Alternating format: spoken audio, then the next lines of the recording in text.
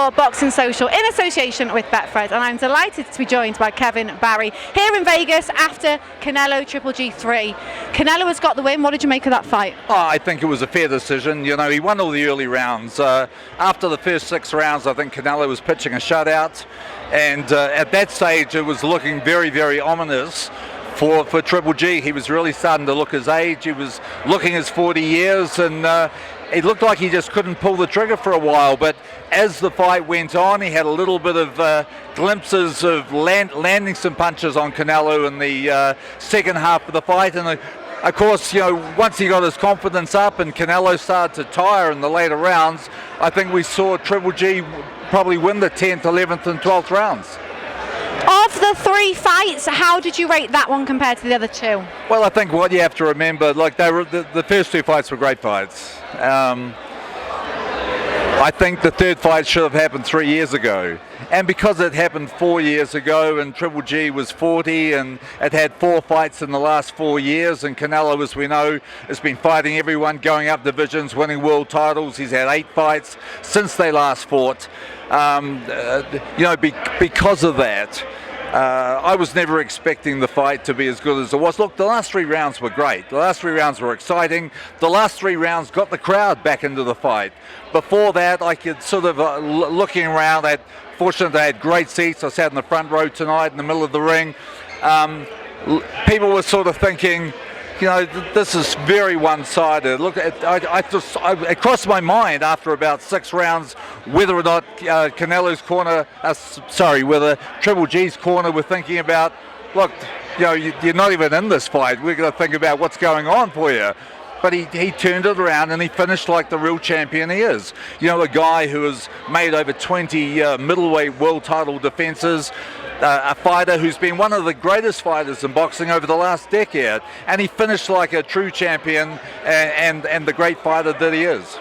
Do you think now that we're going to see Triple G retire? I hope so. I really, really hope so. I think that was a perfect ending to a fantastic career. One of the great middleweights of all time, no doubt about it. What do you think is next for Canelo? Does he look for that Bivol rematch? What does he do? Look, personally, if I was training him, I'd steer well clear of Bivol. But, you know, Canelo's a very proud guy. He's gone up and down divisions. He's never really sidestepped anyone. But I think, you know, at this stage you've got to be really smart. And does he need to try and face Bivol again? Does he need to go up to light heavyweight? I don't know. I don't think, looking at that performance tonight, I don't think he should. I really don't. Do you think that was a great performance from Canelo that we saw tonight? What, the Canelo that we're used to seeing? Look, I think we were seeing a Canelo tonight who was coming off his first loss in 8 years, a fight that was a very, very difficult fight for him, a fight where he got hit a lot by a big, strong light heavyweight. You know, he didn't look fresh. He looked very, very tired, which surprised me a lot. He really tired in the last couple of rounds.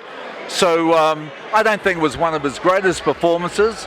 I think it was a very easy canter the first 6-7 rounds. Now, just away from this fight, Joseph Parker, who you used to train, he's got a fight coming up against Joe Joyce. What do you make of that fight, and what do you make of Parker's chances?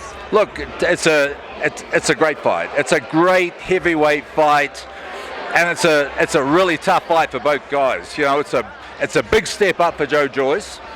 Joyce has never fought anyone like Joe Parker, and you know, Joe hasn't had a challenge like this for a long time. You know, he's got a new trainer. He's had 2 very good wins against Derek Chisora, but you know, Joe Joyce is a different beast than Derek Chisora. You know, Joyce he's one of those fighters he's like a fighter's nightmare. He's always in your face. He's always throwing punches. He comes at you in one speed. And Joe Joyce is a very, very big man. You know, 6'6.5", undefeated, hungry. It's going to be an exciting fight.